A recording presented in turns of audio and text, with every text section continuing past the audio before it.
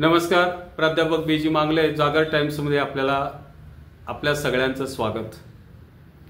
मित्रांनो, अत्यंत वेगळा विषय. 2024च्या विधानसभा निवडणुकीला सामोरं जात असताना नेत्यांची आणि समाजाची काय स्थिती आहे, सत्तेसाठी वकवकलेले राजकारणी आणि भरकटलेले मतदार, या हेडिंगखाली घेऊन आलेलो आहे. मित्रांनो, आज प्रत्येक राजकारण्याला, प्रत्येक राजकीय व्यक्तीला, कार्यकर्त्याला आपल्याला आमदार व्हायचं आहे, काही जणांना खासदार व्हायचं आहे आणि प्रत्येक आमदार झालेल्याला मंत्री किंवा मुख्यमंत्री व्हायचं आहे, अशी होडच लागलेली आहे. हे असं का व्हायला लागलंय आणि ते कोणत्या दर्जाचे वगैरे काही तपासायचं नाही. सत्तेसाठी कोणीही काहीही करायला तयार झाले. एकेकांचे स्टेटमेंट बघितल्यानंतर या राज्याचा कारभार हा घटनेनुसार चालतो का नाही अशी शंका यावी, अशी परिस्थिती आहे.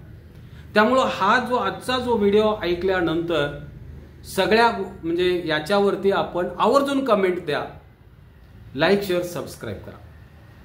पहिला मुद्दा घेतोय मित्र मी, म्हणजे आपण एक 7 मुद्दे काढलेत, त्यातला पहिला मुद्दा, सत्ताधाऱ्याकडे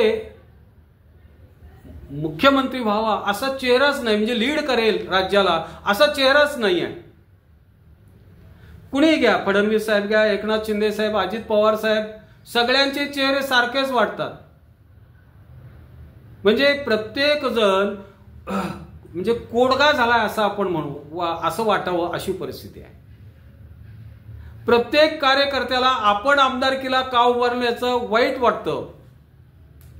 प्रत्येकाला म्हणजे पूर्वीच्या काळी आमदार होण्यासाठी काहीतरी एक क्रायटेरिया होता.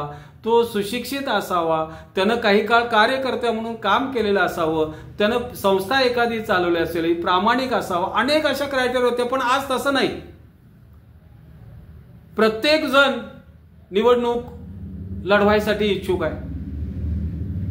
गंमत आहे ना. त्यामुळं झालंय कसं, महायुती आणि महाविकास आघाडी, महायुतीकडे 3 पक्ष आहेत, महाविकास आघाडीकडे 3 पक्ष आहेत. ते नव्हे, ते वंचित असेल, मनसे असेल, असे अनेक अपक्ष, छोटे छोटे पक्ष आहेत. अपक्ष उभारले, 4000हून जास्त लोक निवडणुकीला उभारले. या सगळ्यांच्या मध्ये आपल्याला असा एखादा चेहरा, अर्थात पवार साहेबांच्या सारखा महाविकास आघाडीकडचा चेहरा त्याला एक्सेप्शन असेल, त्यांच्याकडची बरीच मंडळी एक्सेप्शन असतील, पण सत्ताधाऱ्याकडे हे दिसून येत नाही ना. दुसरा प्रश्न मी घेतोय, दुसरा मुद्दा घेतोय, जनतेच्या समस्या आणि निवडणुका याचा काही संबंधच राहिला नाही. जनतेच्या समस्याचं कुणाला काही देणं घेणं पडलेलं नाही, अशी आजची परिस्थिती आहे. गंमत बघा, घरातून बाहेर पडला, खड्डेमय रस्ता. जवळपास अख्ख्या महाराष्ट्राची परिस्थिती ही आहे. कोट्यावधी रुपयाचा, जवळपास म्हणतात 90,000 कोटी रुपये रस्त्यासाठी खर्च पडलेत. पण त्या रस्त्यांची इतकी दयनीय परिस्थिती आहे की सांगता सोय नाही. प्रशासनाच्या दृष्टीनं इतकी गंभीर वाटचाल या सत्ताधाऱ्यांनी केले की सांगता सोय नाही. शेतीमालाला हमी भाव, MSP म्हणून, मिनिमम सपोर्ट प्राइस, सगळ्या धान्यासाठी, पण त्या धान्यासाठी केंद्र शासनाने जाहीर केली, पण तो जर दर मार्केटमध्ये मिळत नसेल तर ते त्या दरानं खरेदी करतात का? नाही. तुम्हाला एक गोष्ट सांगतो, आज कापूस असेल किंवा सोयाबीन असेल, याला मिळणारा जो शेतीमालाला जो दर असेल, तो दर 10-11 वर्षापूर्वीचा आहे. 4000 रुपयाच्या दर, 4800च्या वरती MSP आहे सोयाबीनची आणि दर मिळतो 4000च्या दरम्यान. तुम्ही निविष्ठांचा खर्च बघा, खतांचा प्रश्न बघा, मजुरीचा प्रश्न बघा, म्हणजे हे सगळे दर आकाशाला भिडलेत. आणि त्याला बाकी तुम्ही सांगता की एवढ्याच दराला तुम्हाला विकलं आणि मार्केटला त्याला दर, याच्याकडे सत्ताधाऱ्यांचे अजिबात लक्ष नाही, दुर्लक्ष आहे. अर्थात त्यामुळं गेल्या वेळेला लोकसभेला कांद्याच्या प्रश्नानं उचल खाल्ली होती, हेही लक्षात ठेवा, हे मान्य करायला पाहिजे. आज घडीला मात्र सोयाबीन, कापूस यासारख्या अनेक शेतीमालाला दरच मिळत नाही. त्यामुळं दुसरी गोष्ट असं मी म्हणतो की सत्ताधाऱ्यांचे जे प्रश्न आहेत, म्हणजे उदाहरणार्थ त्याच्या मुलाला नोकरी लागत नाही, जवळजवळ 60-70 लाख मुलं आज बेरोजगार होऊन रस्त्यावरून फिरत आहेत, पण त्यांना कुणालाही काही देणं घेणं पडलेलं नाही. काहीतरी एक भुलीचं इंजेक्शन मी म्हणतो, मी लक्ष्मी दर्शन केलं त्याला मी भुलीचं इंजेक्शन म्हणतो, दिलं की त्यांचे प्रश्न मिटतात. त्या निवडणुकांचा आणि त्यांच्या प्रश्नाचा संबंध राहिला नाही. जर जनतेनं आणि मतदारांना सांगितलं आमचे हे प्रश्न सोडवा, तेव्हा तुम्हाला मतदान देतो, तरच हे सुधारतील, पण तसं होताना दिसत नाही. पक्षांतर बंदी कायद्याची तर ऐशी काय तैशी करून टाकली. घटनेत आर्टिकल 10 घातलं होतं. त्यांनी फडणवीस साहेबांनी पहिला शिवसेना फोडली, 16 आमदार बाहेर पडले, पण पक्षांतर बंदी कायद्याखाली ते अपात्र ठरले नाहीत. एवढंच काय, एकही आमदार अपात्र ठरला नाही, त्या नार्वेकर साहेबांनी निकाल दिला. तशीच परिस्थिती केली ती राष्ट्रवादीची. राष्ट्रवादीचे जिवंत घालणारे, राष्ट्रवादी जन्मास घालणारे शरद पवार जिवंत आहेत, पण राष्ट्रवादी हा पक्ष अजित पवारांच्या दुसरा पक्ष निर्माण केला, चिन्ह दिलं, पक्ष दिला, सगळ्याच गोष्टी त्यांच्या हयातीत. काय चाललंय, कुठं चाललेलो, कशाची कशाला हे नाही.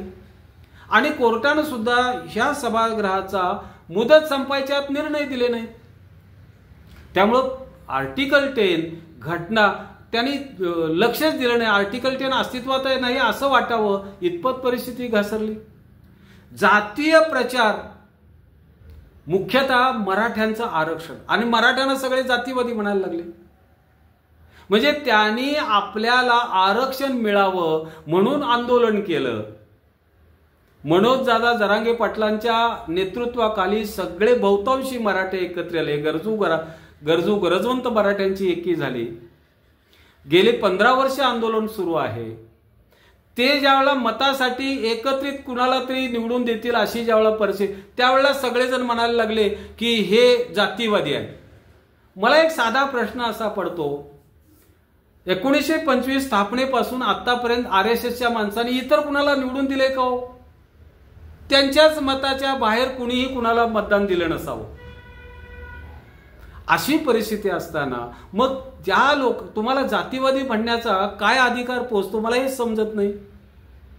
आणि मराठा समाज म्हणजे नेत्याने असं स्पष्ट सांगितले तुम्ही कुणालाही मतदान द्या, फक्त मतदान देताना एका गोष्टीला, आपल्याला ज्यांनी आरक्षण नाकारलं त्यांना मतदान देऊ नका. लगेच मराठे सगळे जातीवादी झाले. बर, हे ठीक आहे, पण बाकीचे सगळे ओबीसी म्हणून एकत्रित या. काही जण तर म्हणतात ओबीसीनी मराठ्यांना आरक्षण करू नये, मराठ्यांना मतदानच करू नये. भुजबळ साहेबांनी तर एकदा असं जाहीर केलं होतं की ओबीसी मध्ये मी ओबीसींचा नेता. आता परवा निर्माण झाले, ते जेलमधून बाहेर पडले आणि ओबीसींचा नेता म्हणून उदयास आले. त्यांनी सांगितलं न्हावी समाजाला तुम्ही मराठ्यांची भादरूच नका, काय भादरायचे त्यांचं ते भादरून घेऊ देत. अरे काय चर्चा आहे ही? कुठं चाललोय आपण? कशाचा कशाला ताळतंत्र नाही, ताळमेळ नाही, आपण सगळेच भरकटलेलो आहोत.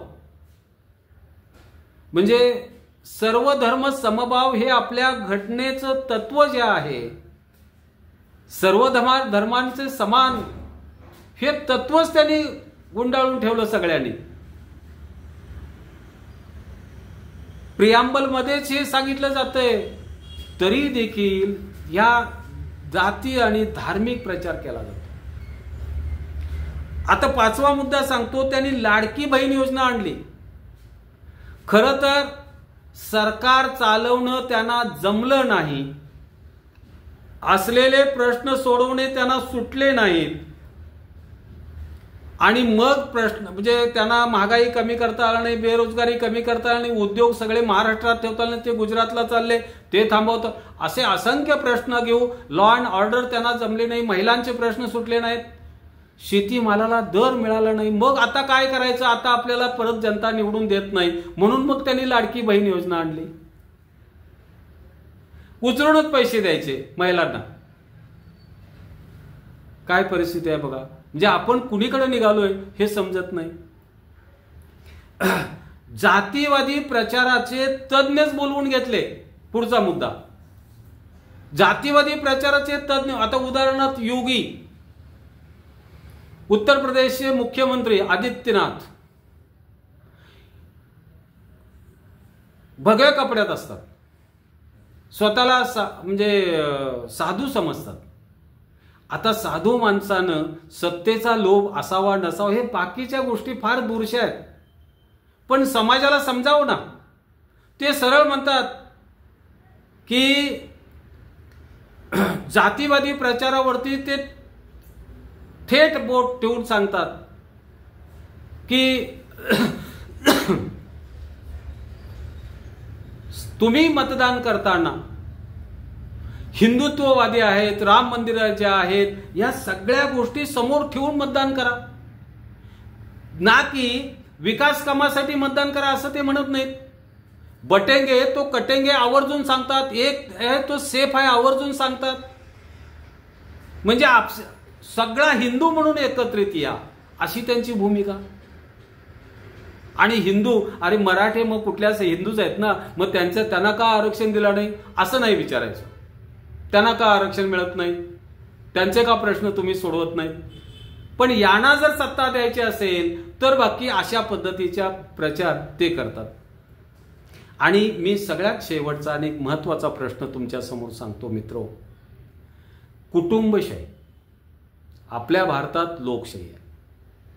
हो, लोकशाहीचा प्रवास घराणेशाहीकडे झाला. घराणेशाहीकडे झाला म्हणजे कसं झालं? म्हणजे बाबा आजोबा, उदाहरणार्थ आपण यांचं बघू, शंकरराव चव्हाणांचं बघू. शंकरराव चव्हाण केंद्रीय मंत्री, त्यांचे चिरंजीव अशोक चव्हाण राज्यात मुख्यमंत्री होते, आता ते खासदार आहेत, आमदार होते. घराणेशाही झाली. आता त्याच्याही पुढचा प्रवास केलाय आपण. कुटुंबाचंच सगळी पदं, अगदी उदय सामंत साहेब, किरण सामंत, सख्खे दोघ्या बंधूंना शिवसेना शिंदे साहेबांनी तिकीट दिले. राणे साहेबांच्या घरात राणे साहेब स्वतः मुख्यमंत्री आहे, खासदार आहेत. दोन्ही मुलांना सध्याची तिकीट दिलेली आहेत. गणेश नाईक साहेब स्वतः आमदारकीचं तिकीट आहे आणि दुसऱ्या मुलाला त्याला संदीपना त्यांनी पुन्हा तिकीट घेतलेलं आहे. आशिष शेलार, विनोद शेलार सख्खे दोन बंधू आहेत. भारतीय जनता पार्टीनं दोघांनाही तिकीट देऊन टाकले.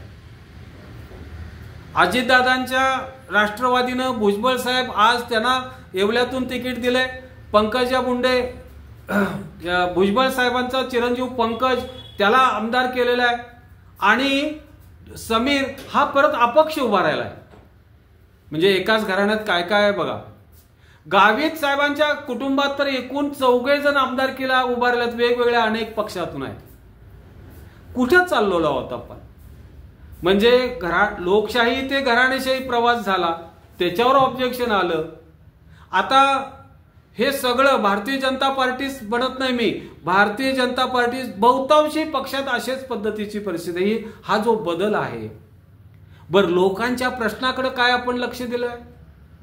मी तुम्हाला सांगतो, 16 ऑगस्ट 2024 ठाणे जिल्ह्यातल्या बदलापूर इथं एका शाळेतल्या 4-4.5 वर्षाच्या 2 लहान मुलींच्यावर अत्याचार झाले. पोलिसांनी गुन्हा नोंद करून घ्यायला नकार दिला. म्हणण्यापेक्षा ते लक्ष सुद्धा द्यायला तयार नाही. 14 तास एका ठिकाणी त्यांच्या आईवडिलांना बसून घेतलं. जेव्हा अख्खा गाव रस्त्यावर आला आणि आंदोलन सुरू झालं, मग कुठे हे फायर झालं? सीआयडी चौकशी. आता कोर्टानं त्या सीआयडी वरती ताशेरे ओढले की तुम्ही व्यवस्थित तपास करत नाही म्हणून.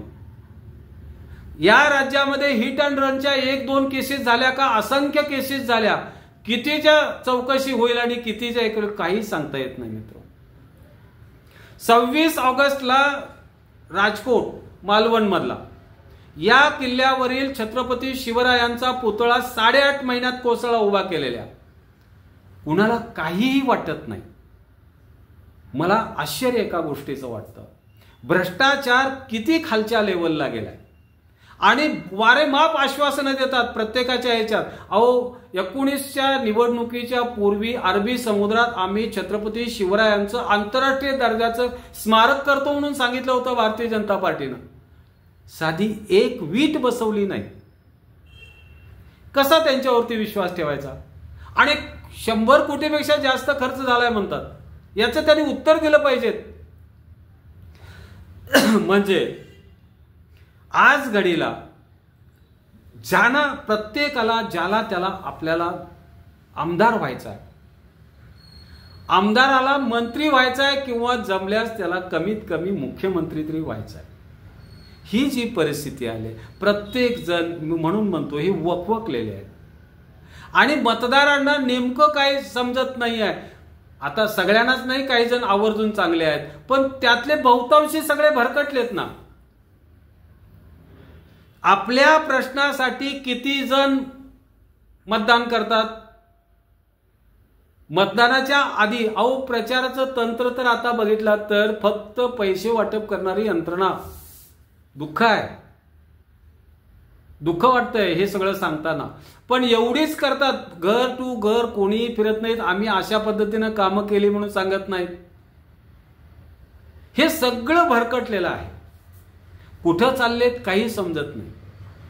आणि या सगळ्या यंत्रणेमध्ये मतदारांना सगळेजण गृहीत धरतात.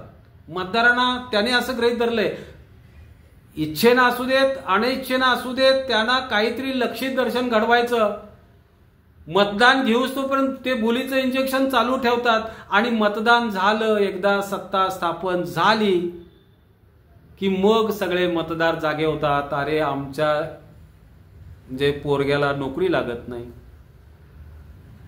महागाई प्रचंड वाढली, आमच्या मालाला दर मिळत नाही. आज नोव्हेंबर 20 आला तरी आमचे साखर कारखाने चालू झालेले नाहीत. साखरेचा दर गेल्या 5 वर्षात जराही वाढला नाही. आपल्याला साखर कारखाने 3400 रुपये दर कसा देतील? त्यांना द्यायला 3100 रुपये आणि 3400 रुपये म्हणून त्यांनी दर द्यावा, कसे देतील? काहीही चर्चा करत नाहीत. आधी मतदान करताना, मतदान झालं की मग मात्र या गोष्टीचा ते चर्चा करायला लागतात. वेळ निघून गेलेली असते, आपल्या हातात काही राहिलेलं नसतं. तुमचं जे अत्यंत मूल्यवान जे मत आहे ते कधीच तुमच्यापाशी काढून घेतलं जातं. तुम्हाला त्यावेळेला भुलीत ठेवलं जातं आणि मित्र परत आपलं एरे माझ्या मागल्या म्हणतो आणि समस्या तशाच आपल्याला त्याच समस्यांना पुन्हा तोंड द्यावं लागतं. अशी परिस्थिती आहे. मित्र धन्यवाद.